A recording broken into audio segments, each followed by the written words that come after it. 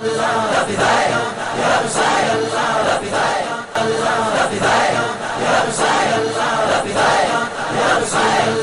سے بڑا احسان ہے، سب سے بڑا فضل ہے اور سب سے بڑی رحمت ہے، تو اس کا شکریہ بھی سب سے زیادہ کیا جانا چاہیے، ظاہر ہے۔ اور شکریہ کے ادا کرنے کا ایک طریقہ ہے اس نعمت کا ذکر کیا جائے، اس کا چرچا کیا جائے۔ یہ میں اپنی طرف سے نہیں کہہ رہا، عقلی دلیل بھی موجود ہے، نقلی دلیل بھی موجود ہے۔ عقلی دلیل یہ ہے کہ جب کوئی شخص آپ کو کچھ دے، کچھ عطا کرے، کوئی دنیا دار، کوئی انسان آپ کو کوئی مال و دولت دے، کوئی اور چیز عطا کرے، جب آپ اس چیز کی تعریف کریں گے تو دینے والا خوش ہوگا کہ میں نے جسے دیا ہے اسے میرے دیے ہوئے کی قدر ہے۔ تو اس طریقے سے دینے والے کے شکریہ کی ادائیگی کا ایک طریقہ ہے، بلا تمثیل و تشبیہ۔ پروردگار عالم نے ارشاد فرمایا وَأَمَّا بِنِعْمَتِ رَبِّكَ فَحَدِّثْ، اے محبوب اپنے رب کی نعمت کا خوب چرچا کرو۔ قرآن مجید کے اس ارشاد سے ثابت عقلی دلیل بھی موجود کہ اللہ نے جو ہمیں نعمتیں دی، ان نعمتوں کے شکریہ کی ادائیگی کا طریقہ یہ ہے کہ نعمت کا چرچا کیا جائے، یہ ایک طریقہ ہے۔ اس سے نعمت دینے والے کی بارگاہ کا شکر ادا ہوتا ہے اور نعمت دینے والا راضی ہوتا ہے۔ تو جو سب سے بڑی رحمت ہے، جو سب سے بڑا احسان ہے، جو سب سے بڑا فضل ہے، جس فضل کے صدقے میں تمام فضائل ملے، جس رحمت کے صدقے میں تمام رحمتیں ملی اور جس احسان عظیم کے صدقے میں پھر تمام احسانات ملے، وہ سب سے بڑا احسان ہے، وہ سب سے بڑا انعام اور سب سے بڑا فضل ہے۔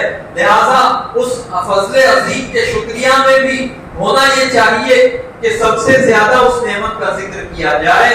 یہی وجہ ہے کہ ہم حضور علیہ الصلوۃ والسلام کے میلاد کا اتنے کثرت سے اور اتنا زیادہ چرچا اور تذکرہ کرتے ہیں، اس لیے کہ جتنا زیادہ یہ تذکرہ کیا جائے گا پروردگار عالم اتنا راضی ہوگا اور اتنا زیادہ وہ اپنے بندوں کی مغفرت اور غفران کا ارشاد فرمائے گا۔ چنانچہ قرآن مجید میں اللہ ارشاد فرماتا ہے قل بفضل اللہ وبرحمتہ فبذلک فلیفرحوا هو خیر مما یجمعون۔ اے محبوب آپ ارشاد فرمائیے اے لوگوں، اللہ ہی کے فضل اور اسی کی رحمت پر مسلمانوں کو چاہیے کہ خوشیاں منائیں، اور یہ ان کے دھن دولت سے بڑھ کر ہے۔ یعنی مسلمانوں کا اللہ کے فضل اور اس کی رحمت پر شکریہ کے طور پر خوشی منانا یہ ان کے جمع کیے گئے مال سے بہتر ہے۔ یعنی اگر اسلام میں مال خرچ کرنا پڑے تو وہ مال خرچ کرنا اللہ کی راہ میں ہوگا، اور مال خرچ کر کے بھی اگر خوشی منانی پڑے تو منایا جائے، اس لیے کہ اسلام میں مال خرچ کیا گیا وہ انفاق فی سبیل اللہ کے قبیل سے ہے۔ لہذا حضور علیہ الصلوۃ والسلام کا آنا جب ہمارے لیے سب سے بڑی نعمت ہے تو اس کا شکریہ بھی سب سے زیادہ ہونا چاہیے، اس کا چرچا بھی سب سے زیادہ ہونا چاہیے، اور اس نعمت پر شکریہ کی ادائیگی کے طور پہ اس کا چرچا خوب ہونا چاہیے۔ یہی وجہ ہے کہ ہم اہل سنت سب سے زیادہ حضور علیہ الصلوۃ والسلام کے میلاد کا ذکر کرتے ہیں۔ آپ صلی اللہ علیہ وسلم کے پیدا ہونے کا چرچا کرتے ہیں، سرکار مدینہ صلی اللہ علیہ وسلم کی تشریف آوری کا ذکر کرتے ہیں۔ اللہ نے اپنے محبوب صلی اللہ علیہ وسلم کی شکل میں ہمیں جو نعمت عظمہ دی ہے اس کی تعریف کرتے ہیں تاکہ پروردگار عالم کی بارگاہ کا شکر ادا ہو اور پروردگار عالم ہم سے راضی ہو اور قرآن کے ارشادات پر عمل ہو۔ تو انہی ارشادات کی روشنی میں ہم اس کا چرچا کرتے ہیں۔ اب آئیے ایک حدیث میں آپ حضرات کی بارگاہ میں پیش کرنا چاہتا ہوں۔ یہ حدیث مسلم شریف میں بھی ہے، ابن ماجہ میں بھی ہے، مسند احمد ابن حنبل میں بھی ہے۔ حضور علیہ الصلوۃ والسلام کاشانہ نبوت سے مسجد نبوی میں تشریف لائے، سرکار مدینہ صلی اللہ علیہ وسلم کے پیارے صحابہ حلقہ بنا کے بیٹھے ہوئے تھے اور آپس میں کچھ ذکر کر رہے تھے، کچھ آپس میں گفتگو کر رہے تھے۔ کچھ باتیں سن رہے تھے، سنا رہے تھے. حضور علیہ الصلوۃ والسلام نے پوچھا ما اجلسکم، تمہیں کس نے بٹھایا؟ تمہارے اس جلسے کا اور اس حلقے کا مقصد کیا ہے؟ عرض کیا جلسنا نحمد اللہ ونشکرہ علی ما ہدانا للاسلام ومن بک علینا، کہ ہم اس لیے بیٹھے تاکہ ہم اللہ کا شکر ادا کریں اور جو اس نے نعمت اسلام ہمیں عطا کی اس پر اس کی حمد بجا لائے، اور ومن بک علینا، اور آپ کی ذات کے ذریعے جو اس نے ہم پر احسان کیا اس کا ہم شکر ادا کریں. اس لیے ہم بیٹھے ہیں. حضور علیہ الصلوۃ والسلام نے ارشاد فرمایا کہ میں تمہیں قسم دے کر پوچھتا ہوں، بتاؤ کیا تم اسی کام کے لیے بیٹھے ہو؟ عرض کیا ہم قسم کھا کے کہتے ہیں ہم اسی کام کے لیے بیٹھے ہیں اور کوئی مقصد نہیں ہے اس جلسے کا. ارشاد فرمایا کہ مجھے تمہاری حقانیت میں کوئی شک نہیں، بلا شبہ تم سچے ہو. میں نے تم سے قسم اس لیے لی کہ ابھی جبریل امین میرے پاس آئے اور کہنے لگے ان اللہ یباہی بکم الملائکہ، کہ اللہ تبارک و تعالی تمہارے اس بیٹھنے اور اس ذکر کرنے پر فرشتوں میں فخر فرما رہا ہے.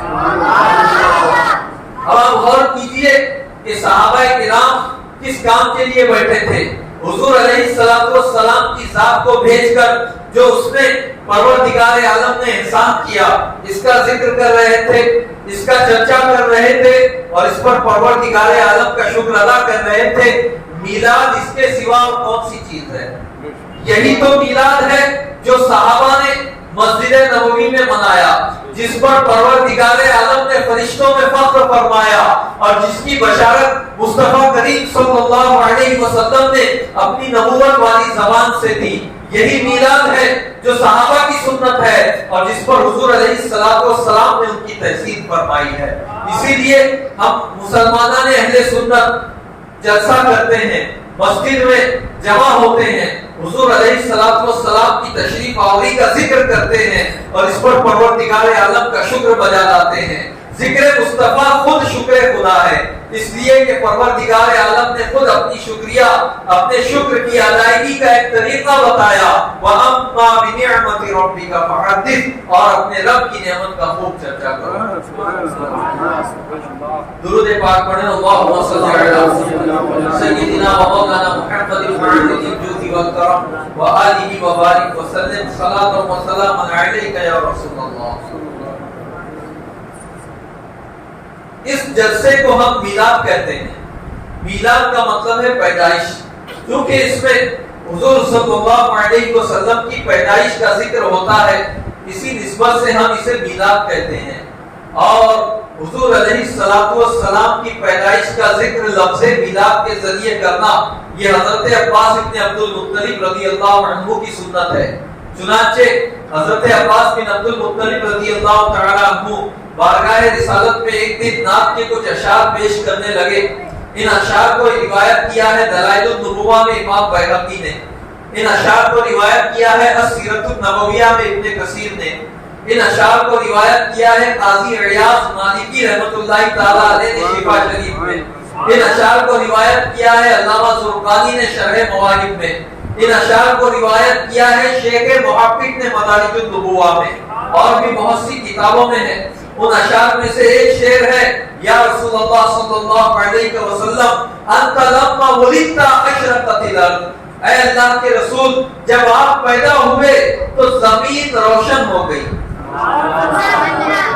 لما ولدت یہاں ولادت کا ذکر ہے، میلاد کا ذکر ہے. میلاد کا ذکر کر کے حضور علیہ الصلوۃ والسلام کی پیدائش کا چرچا کیا اور اس پر اللہ کا شکر ادا کیا حضرت عباس ابن عبد المطلب رضی اللہ تعالیٰ عنہ نے. تو میلاد کا ذکر کرنا اور اس محفل کا نام میلاد رکھنا اور لفظ میلاد اور پیدائش کے ذریعے حضور علیہ الصلوۃ والسلام کی تشریف آوری کا چرچا کرنا یہ حضرت عباس بن عبد المطلب رضی اللہ تعالیٰ عنہ کی سنت ہے. اور اس پر حضور علیہ الصلوۃ والسلام نے ارشاد فرمایا کہ اے عباس تم نعت پڑھتے رہو، اللہ تمہارے دانتوں کو سلامت رکھے. روایتوں میں موجود ہے. تو اگر حضور علیہ الصلوۃ والسلام کے تشریف آوری کا ذکر کرنا غلط ہوتا تو پیارے آقا و مولا صلی اللہ علیہ وسلم حضرت عباس ابن عبد المطلب کو منع کرتے، کہتے تم بدعتی ہو گئے، توبہ کر دو. لیکن حضور علیہ السلام تو دعا دے رہے ہیں. معلوم یہ ہوا کہ میلاد منانا یہ صحابہ کے طریقے کے مطابق ہے، اور میلاد کا انکار کرنا یہ صحابہ کے طریقے کے خلاف ہے، حضور علیہ السلام کے طریقے کے خلاف ہے. اور میلاد کا انکار حقیقت میں بدعت والا عقیدہ ہے، اور میلاد کو مستحسن قرار دینا یہ سنت کے مطابق ہے اور یہ صحیح طریقہ ہے. اب آئیے اور آگے بڑھیے. آپ معمار ملت چینل کو سبسکرائب کریں، لائک کریں اور اپنے مفید مشوروں سے، کمنٹ سے، مثبت کمنٹ سے ہمیں نوازیں.